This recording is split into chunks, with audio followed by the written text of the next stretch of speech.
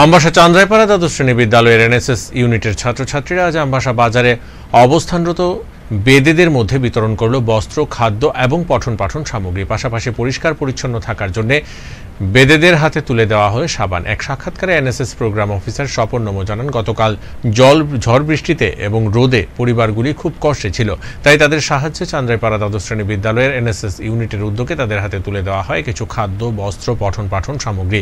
উল্লেখ্য, চান্দ্রাইপাড়া দ্বাদশ শ্রেণী বিদ্যালয়ের এনএসএস ইউনিট প্রতিনিয়তই সমাজসেবামূলক কর্ম সংগঠিত করে থাকে। আজও তারা এ ধরনের উদ্যোগ গ্রহণ করে।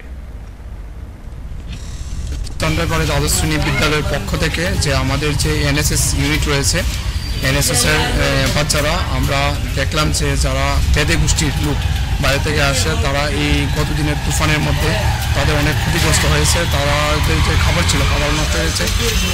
যখন আমরা দেখলাম তখন অনুধাবন করলাম তাদের জন্য কিছু করা উচিত। সেই উপলক্ষে আমরা কিছু বস্ত্র, কিছু খাবার আর বিশেষ করে কিছু পড়ার বই, যে বাল্য শিক্ষা বই আমরা বিতরণ করলাম।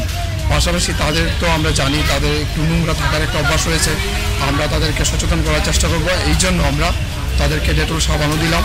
আশা করি ভারতবর্ষ এই তাদের যে এরকম অবস্থা রয়েছে, আমাদের ভারত সরকারও এগিয়ে আসবে এবং তাদের যদি আমরা আমাদের মতো সভ্য করতে পারি, আমরা সবাই মিলে তাদেরকে ঘৃণা না, তাদেরকে ভালোবেসে, তাহলে আমরা যে ভারতবর্ষের কথা চিন্তা করছি আমরা সেই ভারতবর্ষ হয়তো বা আমরা ফিরে পাবো।